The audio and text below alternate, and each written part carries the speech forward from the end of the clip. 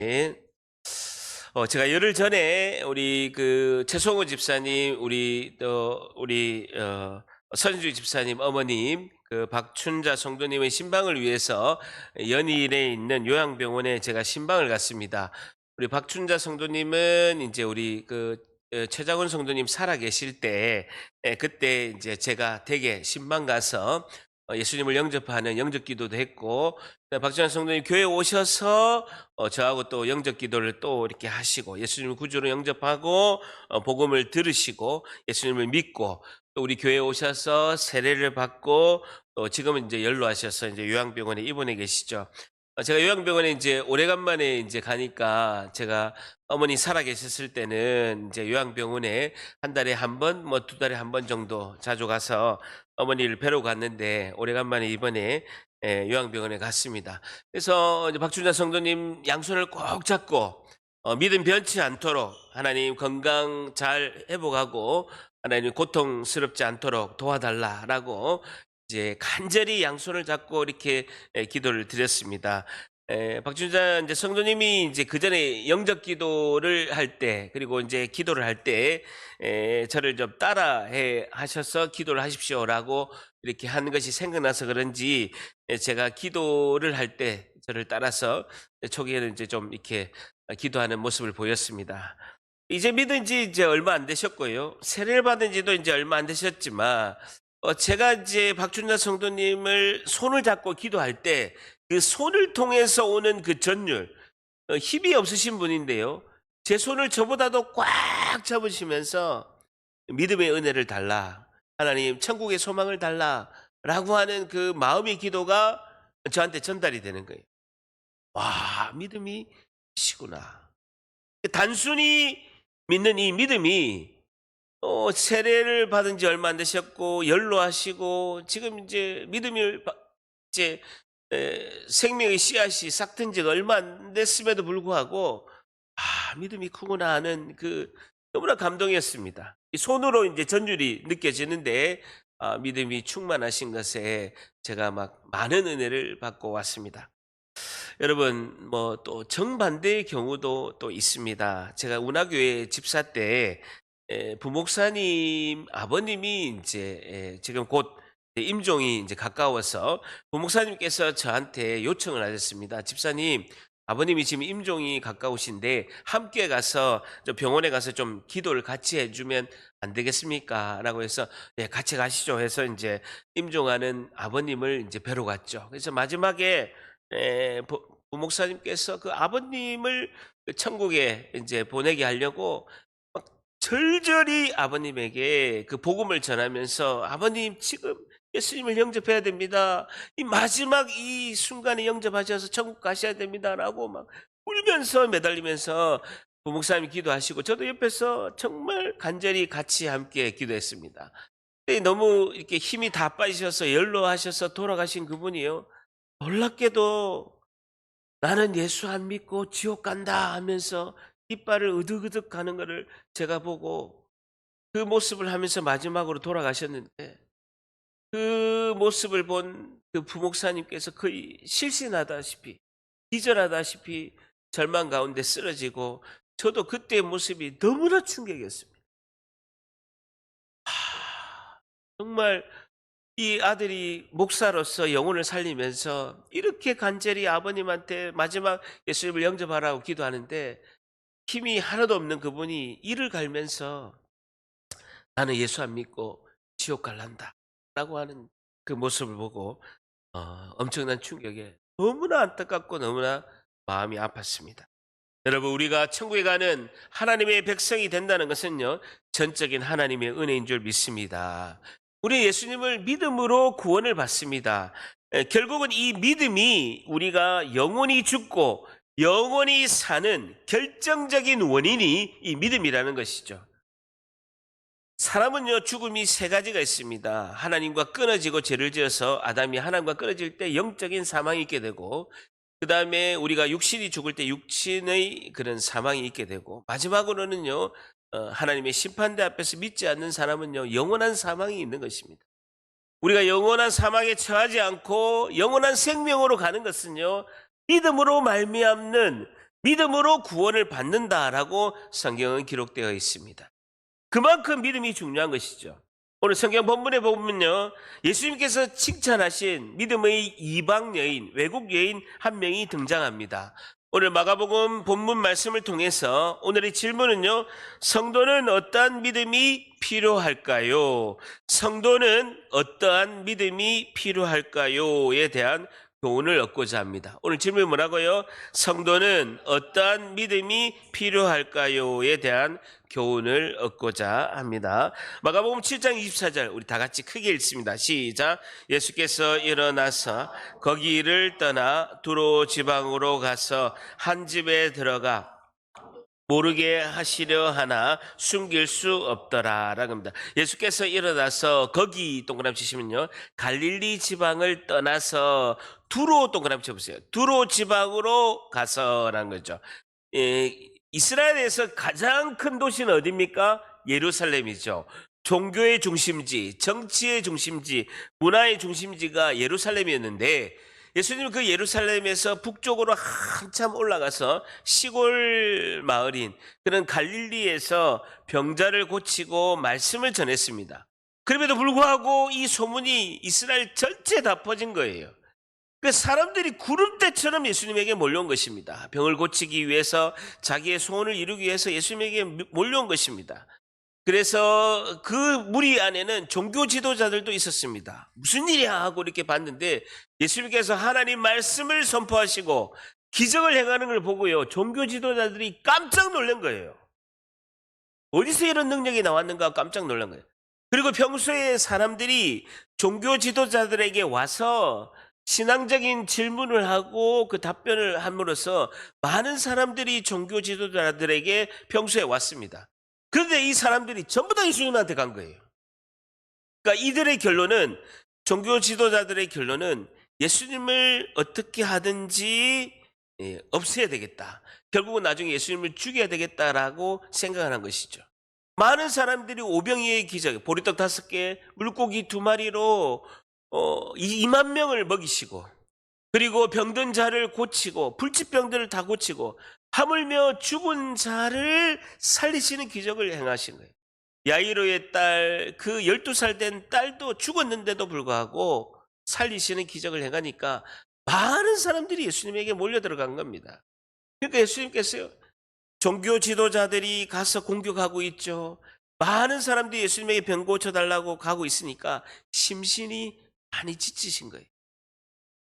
그래서 한적한 곳에 이스라엘 땅이 아닌 두로의 이방 나라, 외국에 가서 쉬려고 하신 거예요.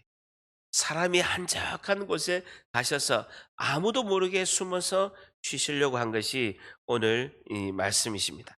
자, 그러면서요, 다시요, 24절을 보게 되면 예수께서 일어나서 거기를 떠나 두로 지방으로 가서 한 집에 들어가 아무도 모르게 하시려 하나 숨길 수가 없었다라는 것입니다.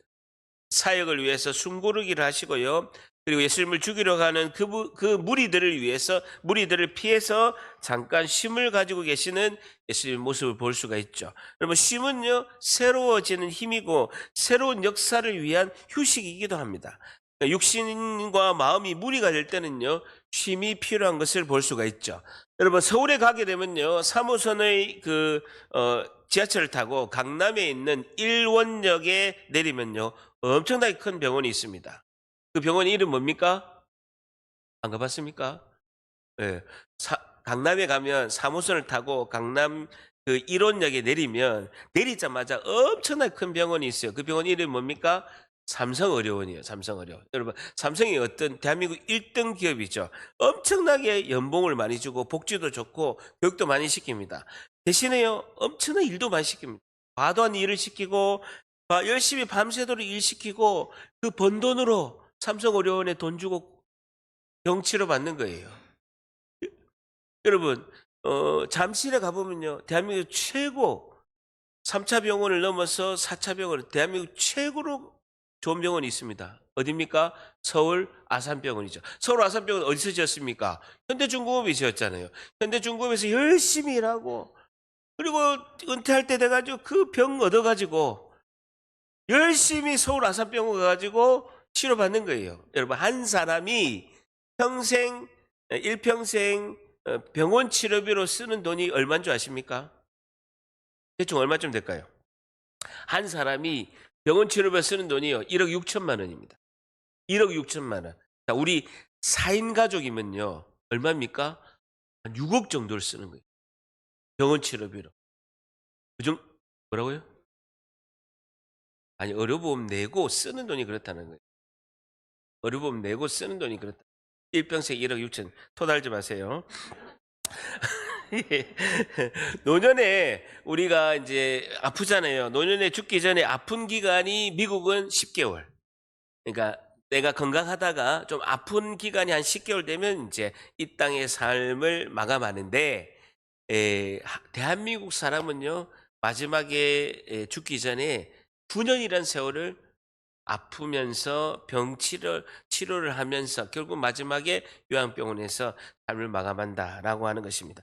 어쨌든 건강을 쉼을 통해서 무리가 되면 잘 관리하는 것이 너무나 중요하고, 예수님도 많은 무리가 오고 많은 공격을 받으니까 두로 지방에서 잠깐 쉬시려고 쉼을 얻고 새로운 어떤 역사를 또 계획하시고 새로운 힘을 얻기 위해서 쉬고 계시는 모습을 볼 수가 있죠. 근데 이 상황에서 그 두로 지방에 한 여인이 예수님에게 급히 달려옵니다. 자, 25절 26절 한번 같이 있습니다. 시작. 이에 더러운 귀신 들린 어른 딸을 둔 한 여자가 예수의 소문을 듣고 곧 와서 그 발 아래 엎드리니, 그 여자는 헬라인이요 수로보닉의 족속이라 자기 딸에게서 귀신을 쫓아내 주기를 간구하니. 자, 이 여인이 두로에 있는 예수님에게 왔는데요, 25절에 보게 되면요, 이 여인의 딸이 있는데 더러운 귀신이 들린 거예요.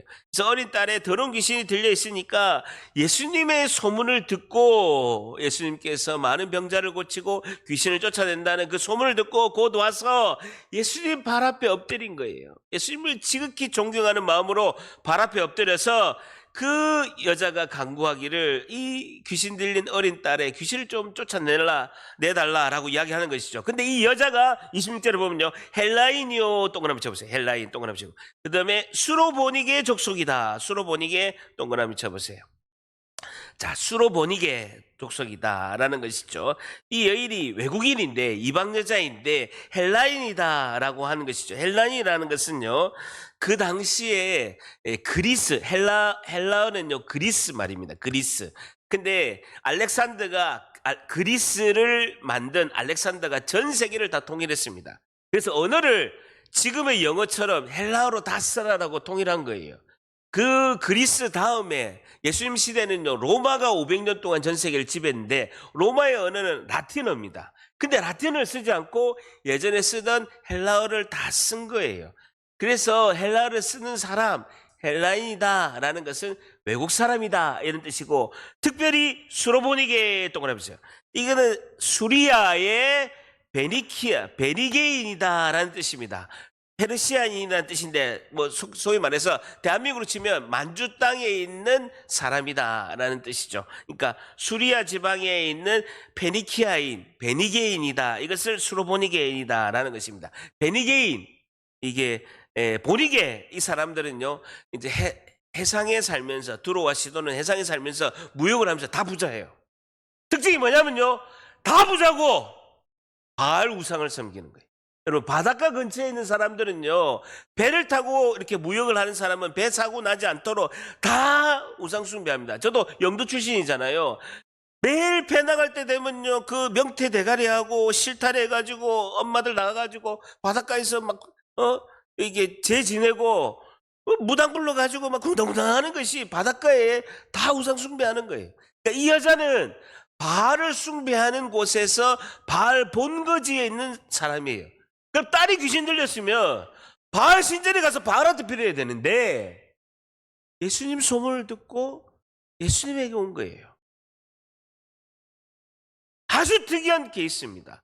정상적으로라면 수로보니게, 시리아에 있는 페니키아인들은 다 무슨 일이 있으면 바알 신전에 가는 거예요.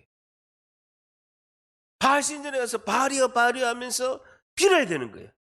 그런데 이 여자가 예수님에 대한 소문을 듣고 믿음이 생겨서 예수님을 찾아온 거예요. 근데 이 여인은요, 굉장히 지금 조금 예수님을 믿기에는요, 굉장히 조금 안 좋은 조건을 다 가지고 있습니다. 마태복음 15장 28절에는 똑같은 본문인데 예수님께서 이 여인에게 여자여 내 믿음이 크도다라고 이 여인의 믿음을 칭찬을 하셨습니다. 근데 이 여인은 자신의 환경이 예수님을 믿기에는요, 너무나 불리한 조건을 다 가지고 있는 거예요. 첫 번째 조건은 뭐냐면요, 이방 외국인이라는 것입니다. 이방 외국인이라는 거죠. 26절에 보세요. 그 여자는 헬라인이요 수로보니게 족속이다라는 것은 이방 외국인이라는 것이죠. 그래서 특히 두로시돈 쪽에는 바알 우상을 섬기기 때문에 이방 외국인이 예수님을 믿기는요 너무나 힘든 거예요. 두 번째는요, 여자라는 것이죠. 고대에서 여자는요, 사람의 수를 셀 때도 뺄 정도로 엄청나게 불평등을 강요받았습니다. 그 여자는 이방 외국인 출신이고 여자이기 때문에 예수님을 믿기에는 너무나 불리한 조건을 다 가지고 있었던 것이죠. 그럼에도 불구하고 두로에 있는 이 수로보니게 여인은 자신이 너무나 불리한 조건임에도 불구하고 이 불리한 조건을 은혜의 통로로 나아갔다라는 거예요. 예수님에 대한 소문을 듣고 은혜의 통로로 극복한 여인이다라는 것이죠. 오늘 첫 번째, 성도는 어떠한 믿음이 필요할까요? 첫 번째, 불리한 조건을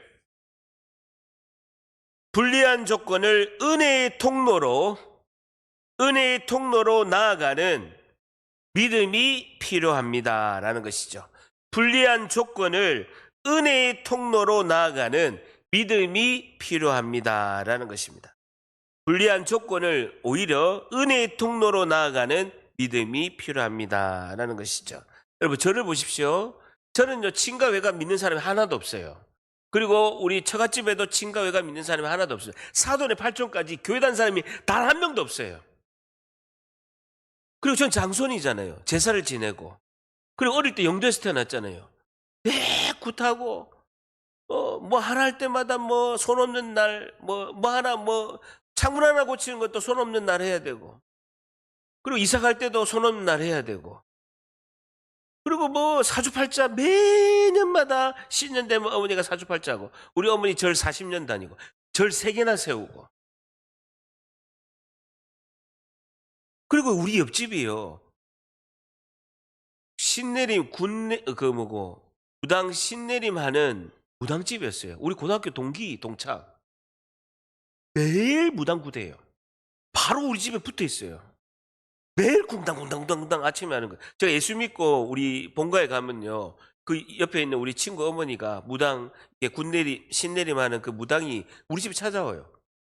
오늘 영발 안 받는다고 아들 왔냐고. 진짜요. 빨리 가라고. 근데 9시 안 된다고. 정말 믿기 어려운 그런 상황입니다. 근데요, 제가 이제 다 경험했잖아요. 어릴 때부터 사주팔자 보고 무당굿하고 손 없는 날 미신 우상 제사 다 해봤잖아요. 하나도 되는 게 없는 거야. 매여가지고 뭐 하나 하려면 손이 바들바들 떨려가지고 뭐 손 없는 날 봐야 되고, 음력 10일 20일 30일 봐야 되고, 창문 하나 고치고 망치 하나 하는 것도 날마다가 해야 되고, 매여서 사는 거예요. 이 불리한 조건이 나중에 저는요, 주님만 바라보는 의지하는 은혜가 통로가 된 줄 믿습니다. 단순하는 거예요. 너무 차오른 거예요. 손 있는 날 이사하면요 30% 깎아줘요. 너무 좋아. 너무 좋다고요. 아무 날이나 하는 거예요. 날마다 결혼한다고요. 예식장비 제일 싼 날 했어요, 우리. 다른 날보다 20만 원이 더 싸더라고. 그날 하자 이렇게 한 거죠. 너무 자유로운 거예요. 진리를 알지니 진리가 너희를 자유케 하리라. 자유로운 거예요. 자유로운 영혼인 거예요. 아무 때나. 자, 25절에 보세요. 이에 더러운 귀신 들린 어린 딸을 둔 한 여자가 여자의 소문을 듣고 곧 와서, 줄 쳐보세요. 듣고 곧 와서. 타이밍이 중요하다는. 예수의 소문을 듣자마자 곧 동그라미 쳐보세요. 곧 왔다라는 거예요. 여인의 행동을 보면요, 예수님의 소문을 들은 거예요. 근데 곧 왔다라는 것이죠. 여러분, 영적으로는요, 절단합니다. 듣고 곧 와서. 한 번 더. 듣고 곧 와서. 영적인 일에는 타이밍이 중요합니다. 골든 타이밍이 있다는 거예요. 여러분, 뇌출혈과 심장병에도요, 그 골든 타이밍을 놓치면요, 살 확률이 굉장히 어려운 것처럼 즉시 주님께 들어오는 게, 즉시 주님께 달려오는 것이 중요하다는 겁니다. 어떤 때는요, 집사님하고 이제 대화를 할 때, 집사님, 왜 이제서야 저한테 이야기하십니까? 라고 하면, 목사님 피곤하고 힘드실 것 같아서 그랬다. 여러분, 왜 목사 피곤한 거 생각하십니까? 빨리 이야기해야죠, 빨리. 목사는 항상 피곤해요. 빨리 이야기하는 게 중요한 겁니다. 피곤하다는 것은 전혀 상관없어요. 빨리 이야기해가지고 빨리 기도해야죠. 믿음이라는 것은요, 처음부터 엄청난 깨달음이 무엇이 있어서가 아니라 이 여인처럼 작은 소문을 듣고 예수님에게 곧 와서 그렇게 주님과 함께 하면서 조금씩 믿음이 자라는 줄 믿습니다. 갈릴리 예수라는 분이 있었는데 그분에 가면 옷자락만 만져도 병이 낫는다. 이 소문을 들은 거예요. 근데 가려고 했는데 못 가니까 하필이면 두로와 시돈에 오신다라는 소문을 들은 거예요. 그래서 예수님을 곧 와서 이렇게 예수님을 만난 걸 볼 수가 있습니다. 자, 그런데 이렇게 지푸라기라도 잡고 싶은 이 간절한 여인에게 예수님이 하신 말씀이요, 매우 독특하십니다. 평소에 예수님하고는 다르게 냉담의 수준을 넘어서 엄청나게 거절하는 말씀을 27절에 하는 걸 볼 수가 있습니다. 이 여인이 간절하게 매다는 거예요. 우리 딸이 귀신 들렸습니다. 제발 낫게 해주세요 라고 하니까 27절 예수님께서 같이 있습니다. 시작. 예수께서 이르시되 자녀로 먼저 배불리 먹게 할지니 자녀의 떡을 취하여 개들에게 던짐이 마땅치 아니하냐. 그녀의 간절하고 절박한 간청이에요. 비참하게 거절하십니다. 자녀에게 동그라미 쳐보세요. 예수께서 이르시되 자녀로 동그라미 쳐보세요. 이스라엘 백성 유대인에게 떡을 주는 것이 먼저 배불리 먹게 하고 그 자녀에게 유대인에게 떡을 취하는 것이 맞지만 개들 동그라미 쳐보세요. 헬라어로 퀴나리온이라는 단어인데요, 작은 개, 강아지를 말하고 있습니다. 작은 개, 강아지, 퀴나리온, 개들에게, 작은 개에게, 강아지에게 떡을 주는 것은 마땅치 아니하다. 해석하면 한마디로 이런 겁니다. 너희들은 개들과 같은데 나는 너희 딸을 치유할 수가 없어 라고 예수님께서 단호히 거절하죠. 여러분 잘 보십시오. 이 예수님이 모욕적인 말씀을 하신 이유가 뭘까요? 평소와는 예수님이 다른 모습입니다. 거라사 군대 귀신을 위해서 예수님이 그 이방 땅에 가서 그 군대 귀신을 쫓아내고 그 구원을 받아서 그 마을이 다 구원의 역사가 있게 하신 예수님께서 이 간절한 믿음의 여인이 간청하고 예수님에게 정말 매달리는데 예수님은 단호히 거절하는 모습을 볼 수가 있습니다. 왜 그랬을까요? 예수님이 이렇게 하신 이유는 딱 하나입니다. 예수님이 그 생각이 그러신 것이 아니라 이 여인의 믿음을 시험하기 위해서 그렇게 하셨다는 거예요. 믿음을 테스트하기 위해서, 이 시험을 통해서 예수님께서 이 여인을 통해서 얻으시려는 게 있는 거예요. 그것을 얻기 위해서, 이 여인을 시험하기 위해서, 이 여인의 믿음을 테스트하기 위해서 그 테스트를 통해서 예수님이 받고자 하시는 게 있다라는 거예요. 그걸 위해서 예수님께서 엄청나게 강한 이야기를 거절하는 이야기를 하시는 것입니다. 예수님의 마음의 중심을 아시고 이 여인에게 마태복음 15장 28절에 여자여 내 믿음이 크도다 하고 이 여자의 믿음을 이미 아셨어요. 그럼 예수님이 평소에 같으면 이렇게 이야기하셔야 되잖아요. 너희 딸에게 든 더러운 귀신을 내가 쫓아내고 병을 낫게 하겠다라고 하시면 되잖아요. 그런데 너무나도 입에 담기 힘든 저주에 가까운 이야기로 거절을 하시는 것입니다. 너희들은 개들과 같은데 나는 너희 딸을 치유할 수가 없어 라고 말씀하시는 것이죠. 예수님은요, 확실히 이 본문을 보고 어떤 사람은 비난을 합니다. 예수님은 사람을 차별하고 이 여인에 대해서 사람을 차별하고 그 다음에 편견을 가지고 계시다라고 비난할 수가 있는데 전혀 그렇지가 않습니다. 왜냐하면 나중에 이 여인의 말을 들으시고 믿음의 합격을 주님께서 하셨다라고 판단하시고 말을 바꾸신 것을 볼 수가 있죠. 여러분 교회를 다니면요, 사탄과 마귀가 유혹을 하고 시험도 합니다. 또한 하나님도 우리 믿음을 위해서 우리의 그릇을 키우시고 우리에게 상을 주시기 위해서 우리를 시험하고 테스트하신 줄 믿습니다. 하나님의 시험을 순종으로 잘 이겨내야 되는 거예요. 그러면 하나님께서 우리의 그릇을 키우시고 상을 주시는 거예요. 이것이 너무나 중요하다라는 것이죠. 다 저를 따라합니다. 인생은 시험이다. 삶은 시험이다. 이 시험을 하나님께서 주시고 내 행동 하나하나를 테스트하시고 사건 앞에서 사람 앞에서 우리의 반응을 보고 계신 거예요. 사건 앞에서 사람 앞에서 어떻게 반응한가 주님이 보고 계신다는 거예요. 결단합니다. 사건 앞에서 사람 앞에서 하나님은 우리를 보신다. 근데 이 수로보닉의 이 여인이 이렇게 반응하는 게 맞습니다. 뭐라고요? 나보고 개들이라고요? 내 딸이 귀신 들렸다고 나를 개 취급합니까? 라고 보통 다 대들어야 됩니다. 여러분, 우리 여기 있는 분들 다 그렇게 하실 거죠? 그렇게 할 거 아닙니까? 이 정도 되면 다 그렇게 해야 되는 게 상식적이잖아요. 이 여인은요, 이 여인의 반응이 예수님의 반응도 놀랍지만 이 여인의 반응은요, 더 놀랍습니다.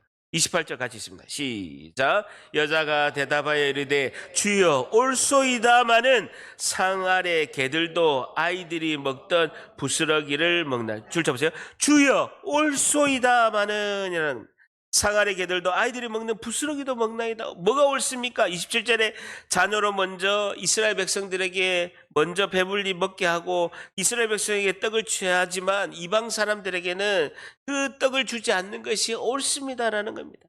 주여 동그라미 쳐보세요. 무리들은 예수님을 선생이여 랍비여라고 했는데 이 여인은요 주님이라고 합니다. 나의 주님이라고 이미 고백하는 걸 볼 수가 있죠. 옳소이다. 보세요. 주님은 언제나 옳습니다라고 고백합니다. 상 아래 개들도 아이들이 먹던 부스러기를 먹나이다. 유대인들은 이랬습니다. 떡을 먹을 때 떡을 떼고 이렇게 먹으면 떡에 찐득찐득한 게 붙잖아요. 그러면 떡 부스러기를 가지고 이렇게 손을 닦아요. 그러니까 떡을 이렇게 딱 떼다 보면 떡에 보면 찐득찐득한 게 붙잖아요. 그럼 떡에 떨어진 부스러기 가지고 손을 이렇게 닦고 그 부스러기를 상 아래다가 이렇게 던지면 개가 와서 먹어요. 그리고 아이들이 먹다가 이렇게 부스러기가 떨어지잖아요. 그것도 이제 개가 와가지고 이렇게 먹는 거죠. 근데 아이들이 먹다가 이제 부스러기나 아니면 손을 닦다가 흘린 이 부스러기를 이제 개들이 먹게 되는데 이 여인은 예수님에게 부스러기 은혜라도 주세요라고 하는 거예요. 부스러기 은혜라도 주시면 감사하겠습니다라고 하는 것입니다. 결단합니다. 부스러기 은혜라도 주시옵소서. 얼마나 대단한 믿음입니까? 이 여인의 반응이요. 예수님의 반응보다도요. 더 놀라운 거예요. 29절에 예수께서 이르시되 들쳐보세요. 이 말을 하였으니 돌아가라는 거예요. 예수님이 얻고자 하는 것이 이 여인의 이 고백이라는 거예요. 이 말을 예수님이 듣고 싶으신 거예요. 그래서 예수님이 시험하신 거예요. 이 여인의 입술의 고백을 예수님이 듣고 싶은 거예요. 절단합니다. 이 말을 하였으니 돌아가라. 이 말을 하기를 예수님이 원하시는 거예요. 여러분, 내 신앙이 믿음이 있다 하더라도 우리의 입술의 고백을 주님이 듣고 싶어 하신다는 거예요. 그 믿음의 고백을 예수님은 듣고 싶어 하신다는 거예요. 우리의 중심을 아시고 우리 믿음을 다 아세요. 나보다 더 잘하시는 분이 예수님이세요. 그런데 우리 입술의 고백, 부스러기 은혜라도 주시옵소서. 부스러기 떨어지는 은혜라도, 찌끄러기 은혜라도 주님이 가지고 계시면 주시옵소서. 이거를 고백하는 것을 주님이 듣고 싶으신 거예요. 아이고 주님이 다 아시는데. 아니에요. 아니라고요. 알고 있어도 듣기를 원하는 거예요. 예수님 100점을 주는 거예요. 시험의 목적을요. 100점을 이 말을 하였으니 돌아가라 라는 것입니다. 예상하지 못한 100점의 대답을 이 여인이 한 것입니다.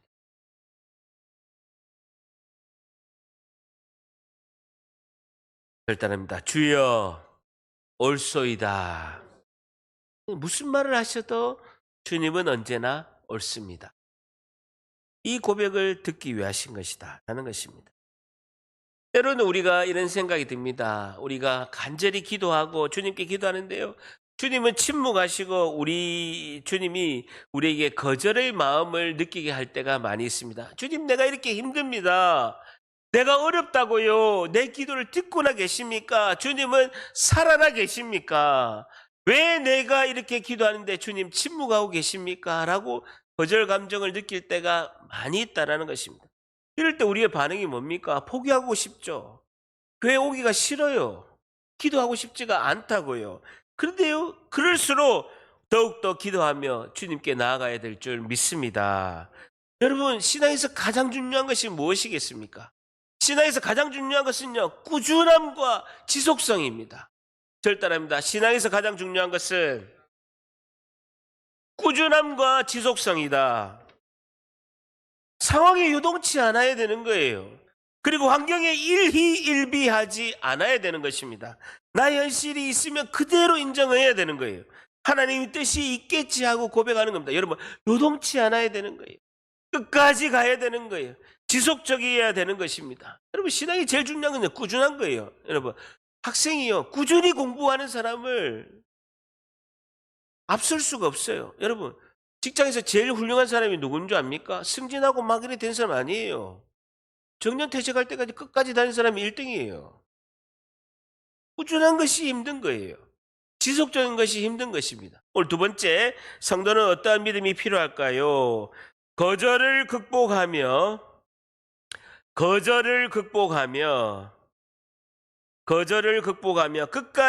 주님을 신뢰하는 믿음이 필요합니다라는 것이죠. 거절을 극복하며 끝까지 주님을 신뢰하는 믿음이 필요합니다라는 것입니다. 거절을 극복하며 끝까지 주님을 신뢰하는 믿음이 필요합니다라는 것입니다. 여러분, 골프의 황제 타이거 우즈가 시상식 때 인터뷰한 영상을 제가 본 인상적인 기억이 남습니다.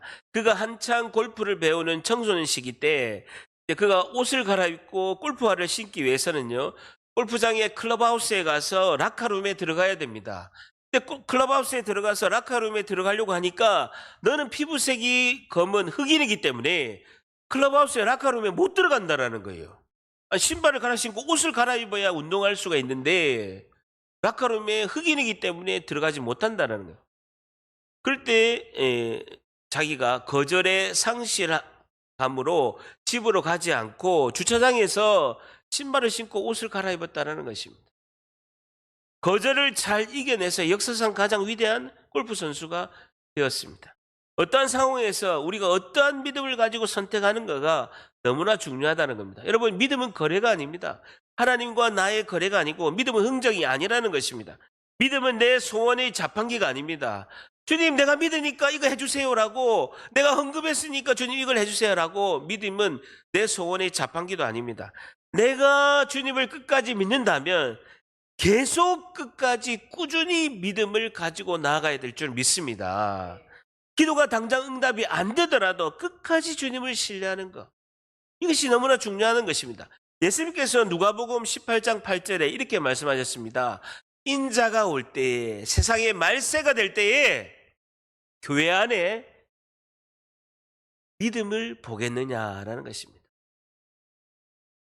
믿는 자들에게, 제자들에게 이 세상에서 인자가 마지막에 재림 때 심판하러 올 때에 이 세상에, 그리고 교회 안에 믿음을 보겠느냐라고 이렇게 말씀하고 있습니다. 믿음은 영원히 살고 영원히 죽는 가장 중요한 핵심입니다. 가면 갈수록 우리의 믿음이 잘 없다라는 것입니다. 조금 믿다가 말아버리고 하는 경우가 너무나 많다는 것이죠. 어떠한 환난과 어려움 가운데도 끝까지 지속적으로 믿는, 포기하지 않는 믿음의 주인공 다 되시기를 축복합니다. 자, 오늘 마지막에 보면 27절에 보게 되면요, 예수께서 이르시되 자녀로 먼저 동그라미 쳐보세요. 자녀로 먼저 배불게 먹게 할지니, 자녀로 먼저 동그라미 쳐보세요. 자녀는 유대인, 이스라엘 백성을 말하고 있습니다. 예수님의 구원의 섭리는 첫 번째 먼저 이스라엘 땅에 복음을 전해서 그들이 구원의 은혜를 받는 것이 첫 번째 계획이죠. 그 구원의 은혜를 받은 이스라엘 백성이 제사장 나라가 되어서 온 열방과 온 세계를 복음화시키는 것이 하나님의 구원의 계획입니다.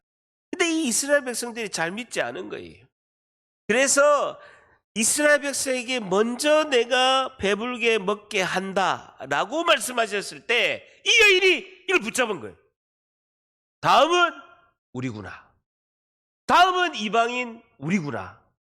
자녀에게 먼저 배불게 먹게 하시면 그 다음번에는 우리구나. 우리 같은 외국인 이방인에게 전해질 거구나 라고 생각하는 것이죠. 이 말씀을 붙든 거예요. 저를 따릅니다. 그 다음에는 나에게 먼저 이스라엘 백성에게 하고 그 다음은 나에게구나. 다음 차례는 나에게 오는구나 라고 말씀을 붙잡은 것이죠. 이방인인 자신에게는 다음에 차례가 올 것이다 라고 붙드는 거예요. 여러분, 은혜를 받는 사람은요, 하나님의 말씀을 붙드는 자입니다. 하나님의 말씀을 생명처럼 붙드는 것이 진짜 믿음인 줄 믿습니다. 성경에 기록된 그 하나님의 말씀을 믿고 순종하게 나아가는 것이 진짜 믿음이라는 것입니다. 오늘 마지막 세 번째, 성도는 어떠한 믿음이 필요할까요? 세 번째, 하나님 말씀을 끝까지 믿고 하나님 말씀을 끝까지 믿고 붙드는 믿음이 필요합니다. 하나님 말씀을 끝까지 믿고 붙드는 믿음이 필요합니다. 성경에 기록된 하나님의 말씀을 끝까지 믿고 붙드는 믿음이 필요합니다. 라는 것입니다. 수로보니게 이 여인은요, 부스러기 은혜라도 달라고 간청하면서 이 부스러기 은혜라도 주님, 자녀에게 먼저 이스라엘 백성에게 먼저 주님이 떡을 주시면 그 다음은 우리 아닙니까? 나중은 그 다음은 우리 아닙니까? 내가 지금 기다리고 있습니다. 내 차례가 지금 오지 않습니까? 라고 기다리는 거예요. 부스러기 은혜라도 달라라고 했는데 주님은 그것을 해석하기를 큰 은혜를 주시옵소서라고 주님은 그렇게 들으신 거예요. 제가 금요일 새벽 설교 때 빌립보서 1장 말씀을 설교를 드렸습니다. 그래서 빌립보 교회가 사도 바울에게 선교에서 가장 든든한 후원자가 됐습니다. 빌립보 교회는 세운 지 얼마 안 됐지만 그 빌립보 교회가 사도 바울에게 선교헌금을 후원하고 기도로 엄청나게 후원한 것을 볼 수가 있습니다. 여러분, 성도분에게 정말 하나님이 주시는 복은요, 하늘의 신령한 복과 땅의 기름진 복이 충만한데 빌립보 교회는 그 복을 받은 거예요. 자주장사 루디아가 부자가 된 거예요. 그 집에서 교회를 개척했는데 자주장사는 뭐냐면요, 그 고동에, 바다에 보면 고동에 보면요, 자주 색깔의 똥이 나옵니다. 그것을 물감으로 해가지고 이제 천에다가 그 염색을 시켜서 그 왕족과 귀족들에게 그 천을 파는 거예요. 부자가 된 거예요. 땅의 기름진 복으로 충만해서 빌립보 교회가 그 루디아 집에서 그 교회가 개척이 됐는데 많은 사람들이 부유하게 돼서 바울이 선교의 후원자가 된 것입니다. 그래서 제가 축복을 했죠. 하늘의 신령한 복과 땅의 기름진 복이 오늘 새벽기도에 참석한 모든 분에게 충만히 임하기를 축복합니다. 라고 이렇게 하면서 제가 그 땅의 기름진 복, 이 땅에서의 복을 받는 그 비결을 말씀을 드린 거예요. 안 들었습니까? 새벽기도 카톡에 올렸는데 이렇게 이야기한 것입니다. 예수님께서 마태복음 5장, 6장, 7장에 팔복을 이야기하시면서 특별히 마태복음 5장에 팔복을 이야기하시면서 세 번째 복을 언급하셨습니다. 예수님이 8가지 복을 말씀하셨는데 7가지가 하늘의 신령한 복이에요. 7가지가 하늘의 신령한 복인데 딱 하나만 땅의 기름진 복을 세 번째 복으로 언급하셨어요. 7개가 다 하늘의 신령한 복이고 땅의 기름진 복을 세 번째 복으로 언급하신 거예요. 여러분, 예수를 믿으면요, 하늘의 신령한 복을 다 받습니다. 땅의 기름진 복을 받을 수도 있고 아닐 수도 있어요. 땅의 기름진 복을 받을 수도 있고 아닐 수도 있는. 근데 그것을 못 받는다고 해서 하나님에게 복을 받지 않은 사람이 아니에요. 나머지 7가지 복은 다 받게 됩니다. 근데 땅에 기름진 복은 이 사람에게만 하나님이 주신다고 말씀하셨어요. 마태복음 5장 5절에 온유한 자는 복이 있나니 그들이 땅을 기업으로 받을 것이다 라고 말씀하고 있습니다. 여기서 말하는 온유라는 단어는 헬라어로 호이프라에이스라는 단어인데요. 그 뜻을 보니까 적극적으로 사랑하고 오래 참고 인내하는 부드러운 마음을 말하고 있습니다. 그러니까 적극적으로 사랑하고 오래 참고 인내하고 부드러운 마음을 가진 자에게는 주님이 땅도 그 단어를 보니까요. 헬라어로 게라는 단어인데 실제 땅입니다. 실제 땅을 주신다. 기업으로 주신다는 거죠. 그럼 기업은 뭐냐면요. 우리가 만들 수 없는 거. 그것은 땅과 자손을 주님이 축복으로 주신다라고 이렇게 말씀하고 있습니다. 자, 근데 종교개혁자 칼빈은 이 온유를 이렇게 정의하고 있습니다. 부드러운 마음으로 살며 화를 내지 않고 절제할 수 있는 거라고 이렇게 언급하고 있죠. 자, 이 말씀을 들을 때, 새벽기도를 들었을 때 성도의 반응이 2가지였습니다.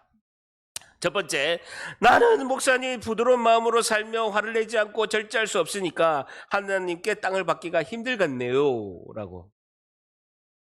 엄청난 믿음이죠. 다시요.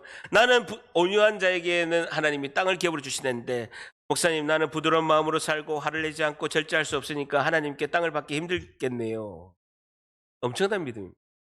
두 번째, 하나님 이제 제가 부드러운 마음으로 살며 화를 내지 않고 절제하는 온유의 사람이 되겠습니다. 이 말씀이 내 귀에 응하신 줄 믿습니다. 하나님 나라를 위해 멋지게 사용하겠습니다. 하나님 땅을 주시옵소서. 1번이 믿음이에요? 2번이 믿음이에요? 근데 왜 1번으로 생각하는 거예요? 여러분 공부 안 하고 전교 1등 되려고 한 사람은 도둑놈입니다. 공부 안 하고 전교 1등 되게 해 주시옵소서. 반에서 1등 되게 해 주시옵소서. 이거는 이단입니다. 믿음으로 말씀에 순종해야 복을 받는 줄 믿습니다. 여러분 우리 모두가 온유함을 말씀에 순종하여 땅을 복으로 받는 여러분이 되시기를 축복합니다. 목사님은 온유합니까? 저 땅 많아요. 돈이 없어서 그렇지 땅 많아요. 예, 거기까지 합니다.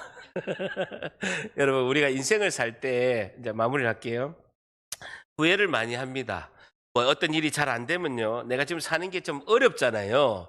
그럼 이런 생각이 듭니다. 아, 내가 지금 다니는 직장 아니고 그때 그 다른 직장 갔으면 내가 좀 더 잘 살았을 건데 그리고 내가 좀 많이 어려우면 내가 사업하는 게 이걸 하지 말고 다른 업종을 했으면 잘 됐을 건데 아유 내가 포항시아롱교회 안 가고 다른 교회 갔으면 더 좋았을 건데 라고 이렇게 생각하는 경우가 많이 있습니다. 여러분 내 생각대로 이루어지지 않았을 때 지금과 이제 다른 내가 생각했던 대로 다른 상황이 펼쳐질 때 이런 후회를 이제 우리가 많이 하는 거죠. 여러분 생각해 보세요. 내가 다른 선택을 한다고 해서 더 좋은 결과가 반드시 있다라고 어떻게 확신할 수 있습니까? 그건 누구도 장담할 수 없는 겁니다. 아무도 모르는 것입니다. 연약한 우리는 인생의 정답이라고 생각하면서 열심히 달려갑니다. 그런데요, 인생에 있어서 정답 없습니다. 여러분 내 생각대로 된 사람이 있습니까? 내 생각대로 된 사람이 있냐고요? 아무도 없어요. 인생이 정답이라고 달려가지만 내 생각대로 되는 경우가 거의 없습니다. 우리는 그때그때마다 최선을 다해서 선택을 할 뿐입니다. 선택을 할 뿐이에요. 그런데 우리가 어떤 선택을 하더라도 우리가 기도하는 건 단 하나예요. 하나님 도와주세요. 함께 해주세요. 내가 어떤 선택을 하더라도 하나님 지금 나를 도와주시고 하나님의 올바른 뜻 가운데로 나를 인도해 달라고 도움의 기도를 해야 될 줄 믿습니다. 그러면 후회할 게 없어요. 후회할 게 없다라고요. 내가 이렇게 할 걸 후회하고 저렇게 할 걸 후회하는 것이 내 신앙에 도움이 하나도 안 된다는 것이죠. 저를 따라합니다. 예수님 나를 불쌍히 여겨주시고 도와주시옵소서. 제가 우리 교회 와가지고요 눈을 다쳤어요. 그리고 몸이 아파가지고 전신마취 2번 해서 입원해서 수술을 했습니다. 근데 제가 이런 생각 한 번도 해본 적이 없지만 내가 포항에 안 왔으면 눈도 안 다치고 아주 건강했을 거다라고 생각을 하는 게 올바른 것이 아니라는 거예요. 여러분 제가 큰 교회 갔으면요 장로님도 괴롭혔으면요 암으로 죽었을 수도 있어요. 더 큰 병 걸릴 수도 있어요. 또 반대로 건강관리를 잘해서 슬림하게 해서 건강할 수도 있어요. 근데 그게 아무 소용이 없는 원망이라는 거예요. 그게 무슨 소용이 있습니까? 그건 아무도 모르는 거예요. 그럼에도 불구하고 나의 선택이 지금 이 시간에 하나님 나를 불쌍히 여기셔서 하나님의 뜻 가운데 인도해 주시고 하나님 나를 도와주시는 은혜를 달라라고 하는 것이 올바른 신앙인이라는 것입니다.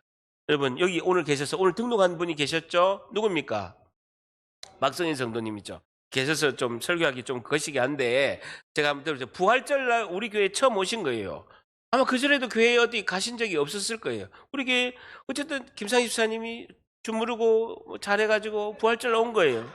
그럼 오셨는데 그 주에 부활절날 온 그 주에 큰 사고를 당한 거예요. 예? 1번 내가 안 가던 교회 나가서 이렇게 사고 났다. 1번 2번 찝찝한데 교회 나가는 것과 상관없이 내가 부주의해서 사고 났다. 2번 3번 내가 큰 사고 날 뻔했는데 더 큰 사고 날 뻔했는데 그래도 부활절날 교회 가서 이 정도 작게 사고 나고 대구에 가서 수술도 잘 됐다. 3번 1번 2번 3번 중에 뭐가 답이에요? 내 믿음이 크도다. 포항에서 이런 믿음이 있는 자를 못 보았도다. 제가 그 이야기를 듣고 깜짝 놀란 거예요. 대구에 신방 갔는데 아 목사님 나는 내가 간이 조마조마해가지고 아이고 부활절날 와가지고 교회 안 온 교회에 와가지고 사고 났다 할까봐 간이 조그만하게 해가지고 막 발발발 떨면서 신방을 갔는데 아 목사님 내가 교회 가가지고 크게 사고 날 거를 이렇게 작게 사고 나고 그리고 다행히 대구 와가지고 수술 잘 되고 교회 가서 그런 거 아닙니까?